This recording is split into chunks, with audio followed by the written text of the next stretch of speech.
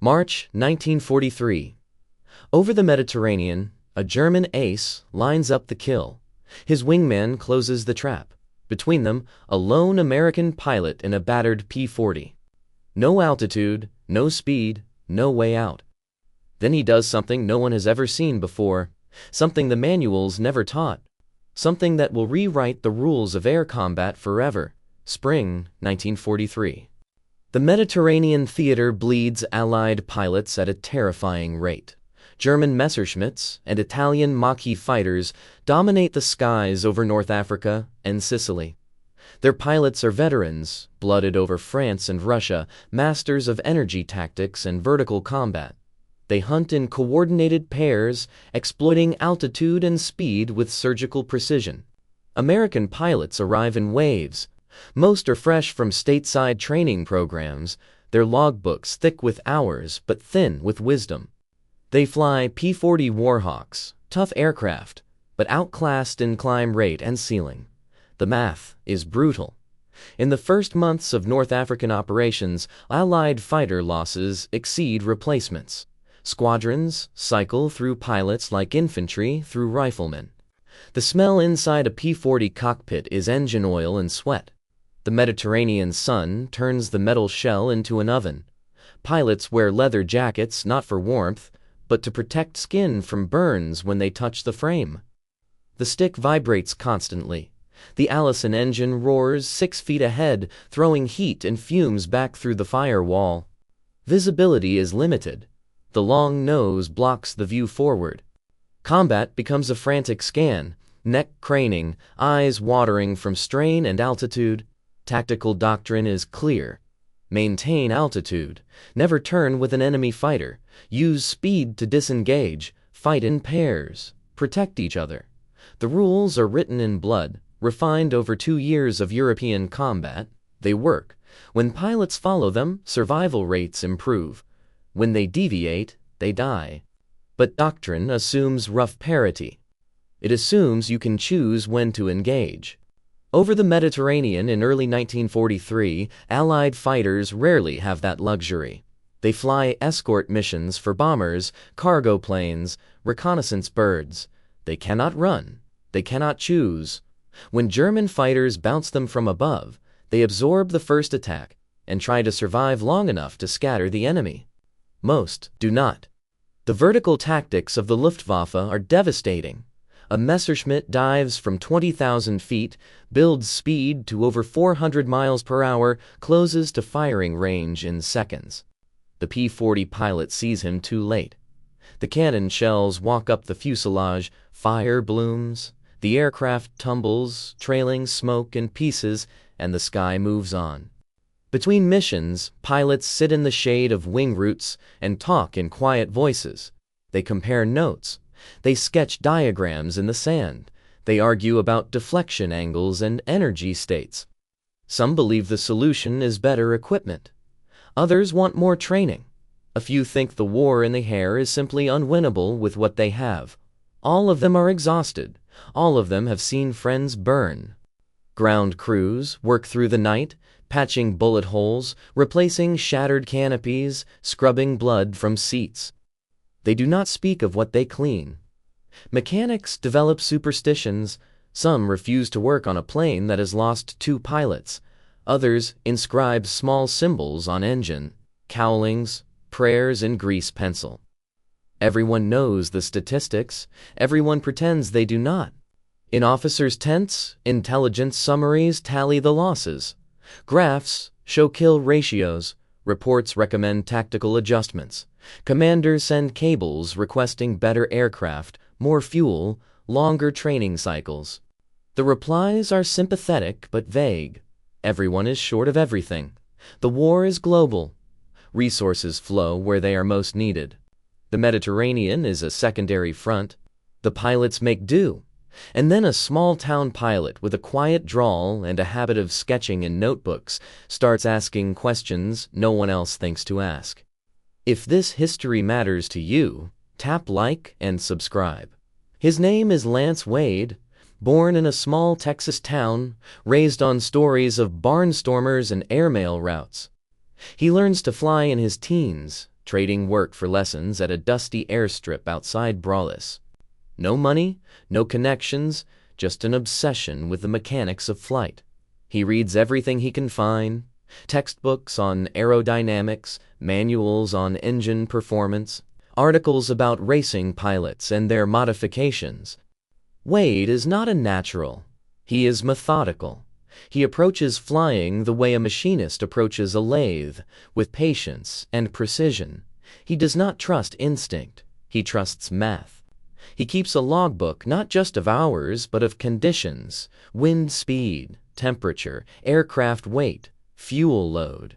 He notes how each variable changes performance. He develops a sense for the edges of an aircraft's envelope, the margins where control begins to soften and physics takes over. When war breaks out in Europe, Wade tries to enlist in the Army Air Corps. He is rejected.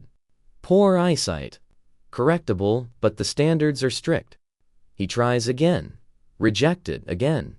Frustrated, he hears about a British program recruiting American pilots. The Royal Air Force is desperate. Their standards are lower. Wade volunteers.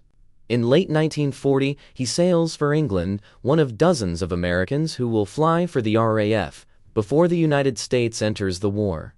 Training is abbreviated. The British need pilots in the air, not in classrooms. Wade is assigned to a fighter squadron, then another, then shipped to North Africa in early 1942.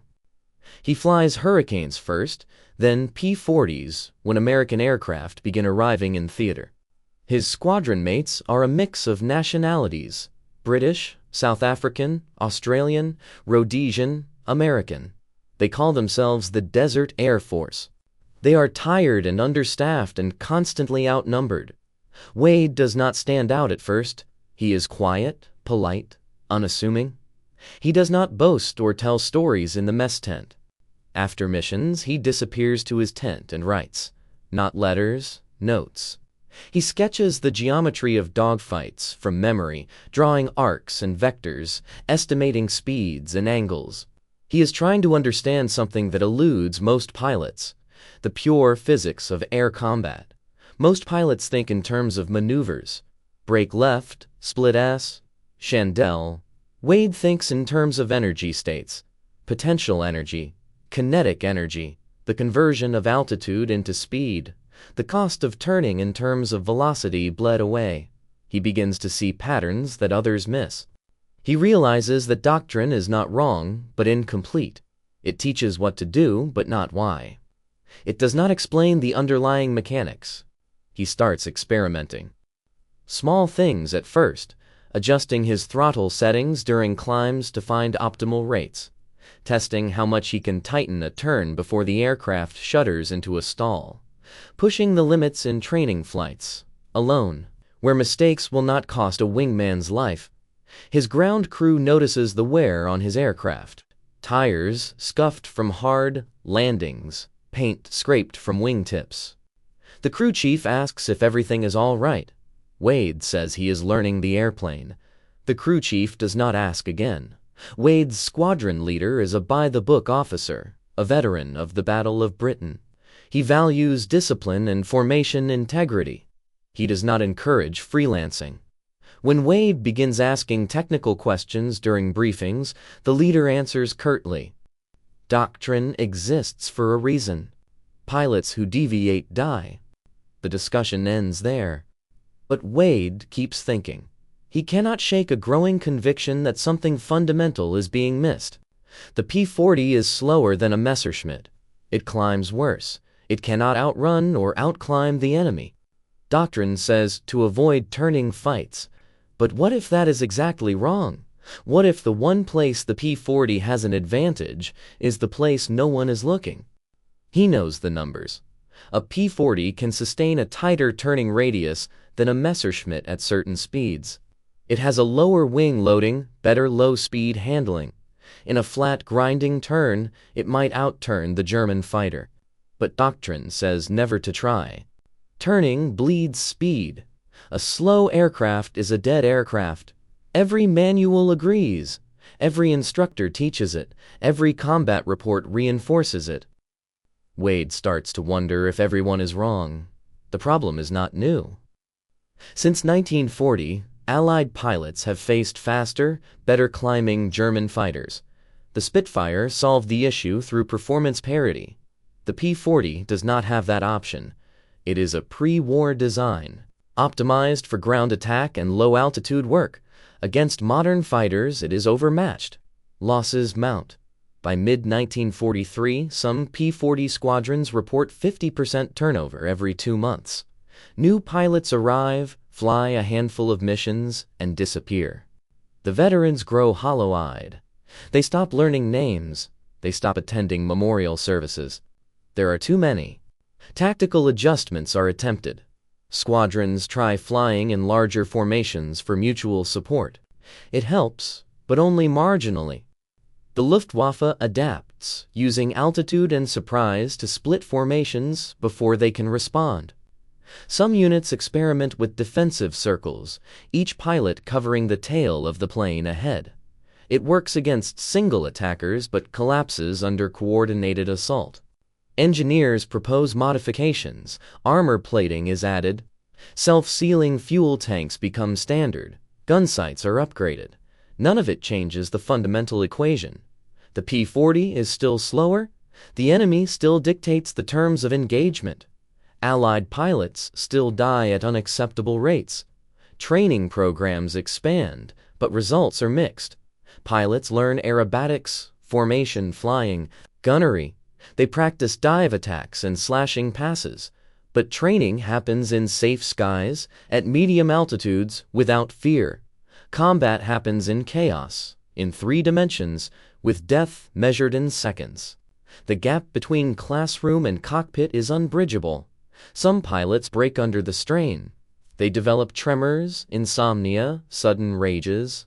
Flight surgeons ground them quietly. Others grow reckless, taking suicidal risks, eager to end the waiting. A few simply refuse to fly. Courts martial are rare. Everyone understands. The question is not why some men break, but why more do not. And through it all, the doctrine remains unchanged. Maintain speed. Avoid turning. Disengage when possible. The rules are carved in stone, because no one has found a better answer. No one has proven an alternative. The cost of experimentation is death, and death is already too common. But Wade cannot stop thinking about energy. He lies awake in his tent, listening to the wind snap the canvas, running equations in his head. He knows a turn costs speed, but speed can be regained. A tight turn imposes G-forces, but the human body can endure Gs. A slow aircraft is vulnerable, but only if the enemy can bring guns to bear, and if the turning radius is tight enough, the enemy cannot. He begins to visualize a maneuver. It forms slowly across weeks of thought and sketches, a hard descending turn initiated at the moment of attack. Not a gentle break, not a standard defensive spiral. Something more violent. A full deflection pull, maximum G bleeding speed deliberately to tighten the radius. The goal is not to escape. The goal is to reverse the geometry, to turn inside the attacker's arc, to make the enemy overshoot. It requires perfect timing. Too early and the attacker adjusts. Too late, and the cannon shells arrive first. It requires trusting the aircraft at the edge of a stall. It requires ignoring every instinct that screams to keep speed, to run, to survive by fleeing. It is the opposite of doctrine. It is suicide. Unless it works. Wade has no way to test it safely. Training flights do not simulate an attacker diving at 400 miles per hour. No friendly pilot will press a mock attack that close. The only way to know is to try it in combat, and if he is wrong, he will not get a second chance. He thinks about telling his squadron leader. He drafts the explanation in his mind, but he already knows the response. Doctrine exists for a reason. Pilots who deviate die. He would be ordered to stop. He would be grounded for his own safety. The idea would die with him. So he says nothing. He files the maneuver away, a theoretical answer to an impossible problem. He continues flying standard missions. He follows the rules, he survives, and he waits for the moment when survival will not be enough. March 1943. Wade is flying escort for a transport run over the Mediterranean. His flight consists of 4 P-40s strung out in a loose formation scanning the sky. The transport lumbers below, heavy and slow. The mission is routine. The radio chatter is sparse. Then the call comes. Bandits high. 2 o'clock. Diving. Wade looks up and sees them. 2 Messerschmitts in a classic bounce, sunlight glinting off their canopies. They are fast, they are committed, and they have chosen Wade as their target. His wingman breaks left. The other 2 P-40s scatter. Wade is alone. The Messerschmitts split, one high, one low, a vertical pincer. Standard tactic, no escape. Wade's hand tightens on the stick. His mind goes quiet. The fear is there, but distant. He is calculating. Speed, angle, closure rate, time. The leader attacks first, diving from above. Wade sees the muzzle flashes. Tracers arc toward him, lazy and bright. He has perhaps 2 seconds. His training tells him to dive, to run, to use gravity to build speed. His instinct tells him the same. Every fiber of his body wants to push the stick forward and flee. Wade pulls back instead, hard. Full elevator. The stick comes into his lap. The nose pitches up. The horizon spins. The G-forces slam him into his seat. Blood drains from his head. His vision tunnels. The engine shrieks. The wings flex. The aircraft shudders on the edge of a stall. And the world rotates. The Messerschmitt flashes past, too fast, too committed. It cannot turn inside Wade's arc. It overshoots, nose high, energy bleeding as the pilot tries to reacquire. Wade rolls out, still slow, still vulnerable, but no longer in the line of fire. He has reversed the attack. The hunter has become the hunted. The second Messerschmitt is still diving. Wade has no speed. He cannot run. He pulls again. Same maneuver, same violence. The aircraft bucks and groans. The stall warning rattles. His vision grays. He holds the turn. The second Messerschmitt overshoots. Wade rolls wings level. Both attackers are ahead of him now, climbing, trying to regain position. Wade is slow. He is low. But he is alive. The Messerschmitts do not press the attack. They climb away, unwilling to descend again into the same trap. Wade lets them go. He has no fuel to pursue. He has no speed to catch them. He turns back toward the transport, his hands trembling on the stick, his heart hammering. He has just done something that should have killed him. And it worked. He lands in silence. His ground crew inspects the aircraft. No damage, no hits. Wade climbs out, legs unsteady. The crew chief asks if he saw action. Wade nods. He does not elaborate. He walks to his tent and sits on the edge of his cot. He pulls out his notebook. He sketches the encounter from memory, every angle, every second. He writes a single word at the bottom of the page, repeatable. But the squadron leader does not see it that way. Wade files a combat report. The leader reads it, frowns, and calls Wade into his tent. He asks Wade to explain the maneuver. Wade tries. He talks about turning radius, about energy exchange, about geometry. The leader listens with growing frustration. He tells Wade he got lucky. He tells him the maneuver is reckless. He tells him not to try it again. Doctrine exists for a reason. Pilots who deviate die. Wade says nothing. He salutes. He leaves. He knows what he experienced. He knows it was not luck. But he also knows he cannot convince anyone with words. He needs proof. He needs repetition. He needs other pilots to see it work. So he keeps flying. And he keeps waiting. April 1943. Another mission, another bounce. This time, Wade is ready. The moment the Messerschmitt commits, Wade pulls. The same violent turn, the same edge of stall arc, the same overshoot. This time, Wade has enough speed remaining to reverse again. He pulls into a climbing turn, tracking the Messerschmitt as it tries to escape. He fires. Tracers converge. The Messerschmitt trails smoke. Wade does not follow. He turns back to the formation. Another encounter. Another survival. May 1943. A third engagement. This time, Wade's wingman sees the maneuver. After they land, the wingman asks how Wade did it. Wade explains, slowly, carefully. He draws diagrams in the sand. He talks about timing, about when to initiate the pull. The wingman listens. The next mission? When they are attacked, the wingman tries it. He overshoots his first attempt, pulling too early. But he survives.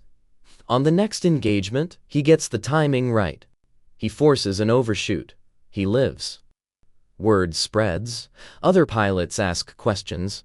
Wade begins informal briefings, sketching on scraps of paper, demonstrating with his hands. Some pilots are skeptical. Others are desperate enough to try anything. Gradually, quietly, the maneuver begins to circulate through the squadron.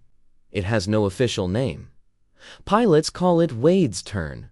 Some call it the last-ditch break. A few call it suicide with a chance. The squadron leader hears about it. He is furious. He calls Wade in again. He threatens to ground him. Wade listens calmly. Then he asks a simple question. How many pilots have survived using the maneuver? The leader does not have an answer. Wade provides one. 7 pilots, 8 engagements, no losses. The numbers speak. The leader dismisses him without further comment, but he does not issue the grounding order. June 1943. A larger engagement. A German fighter grouper bounces an entire Allied squadron, 12 P-40s against 20 Messerschmitts. The radio erupts with calls. Pilots scatter. The sky fills with tracers and smoke. Wade pulls his maneuver twice, forcing overshoots, staying alive. Around him, other pilots do the same. The Luftwaffe, accustomed to easy kills, suddenly faces targets that refuse to cooperate. Attacks that should succeed fail. Firing solutions that should be simple evaporate. Confusion spreads. The engagement lasts 8 minutes. When it ends, 3 P-40s are lost, but 9 return. In previous engagements of similar size, losses averaged 50%. This time, 75% survive. The math is undeniable. Something has changed.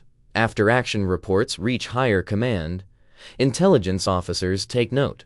A flight instructor is sent to interview Wade. The instructor is skeptical.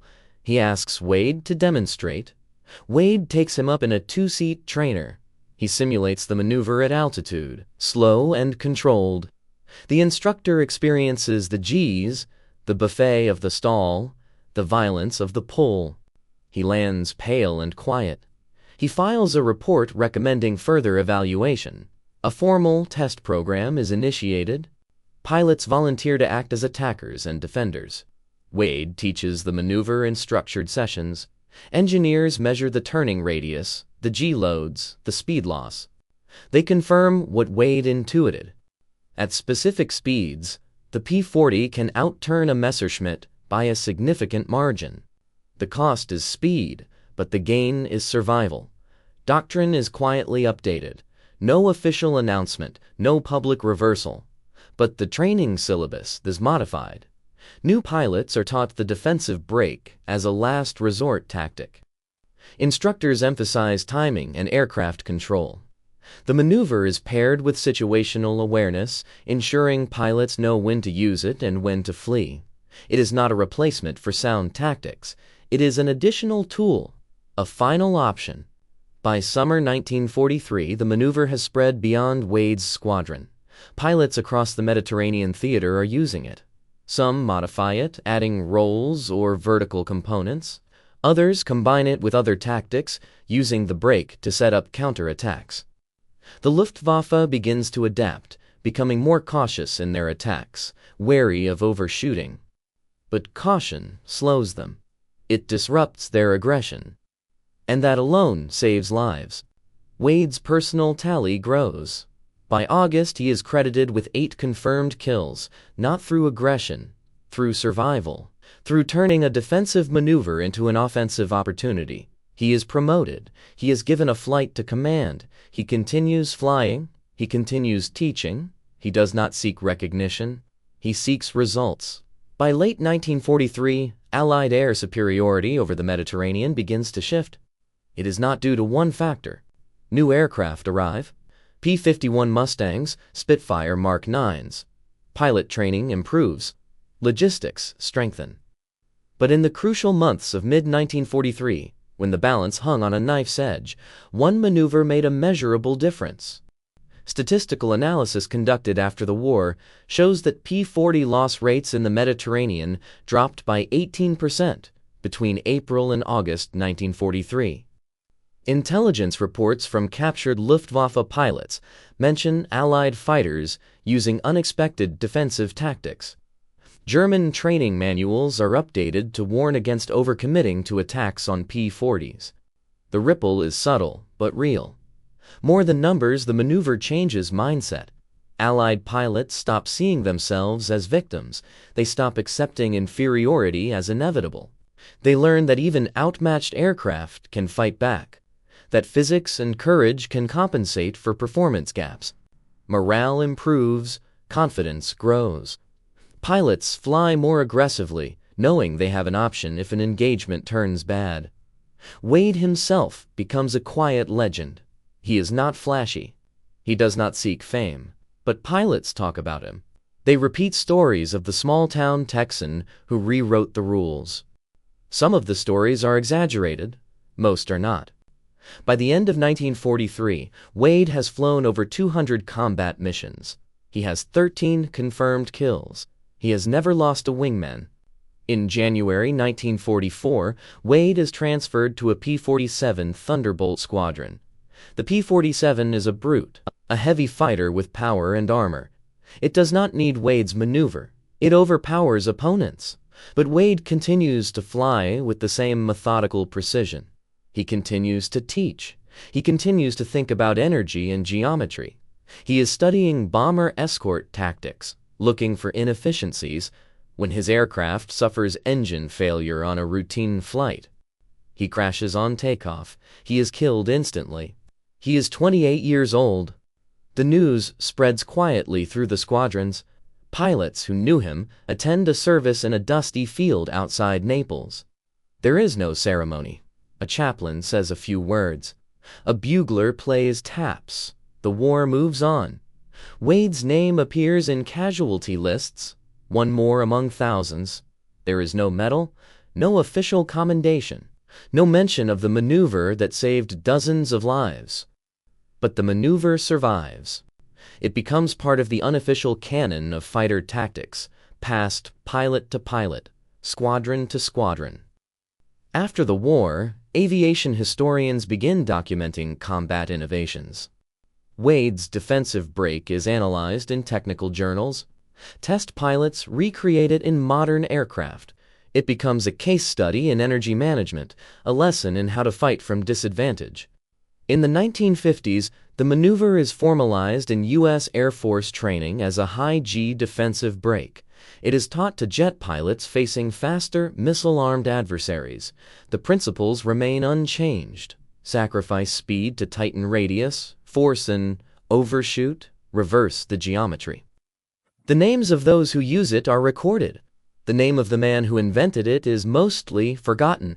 Today, fighter pilots around the world learn variations of Wade's maneuver.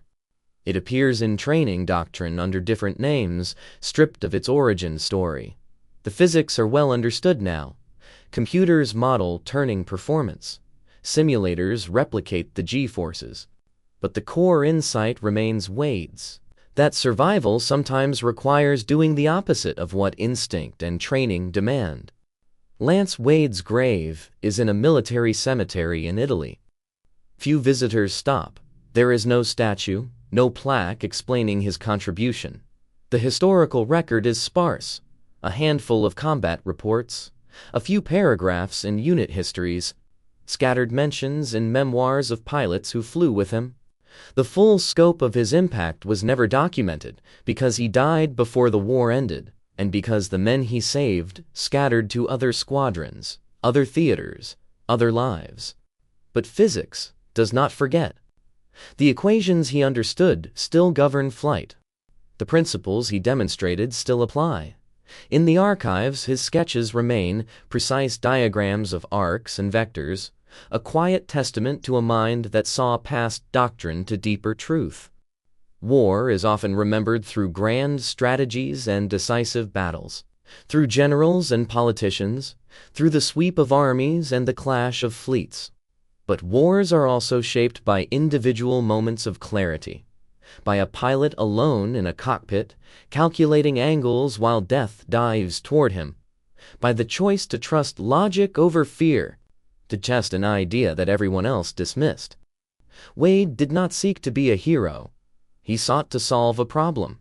He approached air combat the way he approached everything, methodically, patiently, with respect for the underlying mechanics. He did not invent courage. He did not discover some secret weapon. He simply looked at the same situation everyone else faced and asked a different question. Not how to run faster, but how to turn tighter. Not how to avoid the fight, but how to survive it. The lesson is not that one man changed the war. The lesson is that one man, thinking clearly under pressure, found a margin of advantage that others missed. And that margin, multiplied across hundreds of engagements, across dozens of pilots, became the difference between loss and survival, between despair and hope, between a doctrine that accepted defeat and a tactic that demanded something better.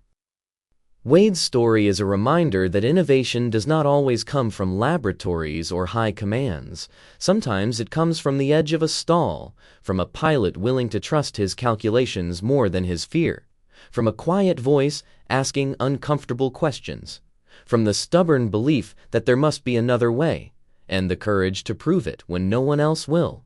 The skies over the Mediterranean are peaceful now. The wreckage has long been cleared.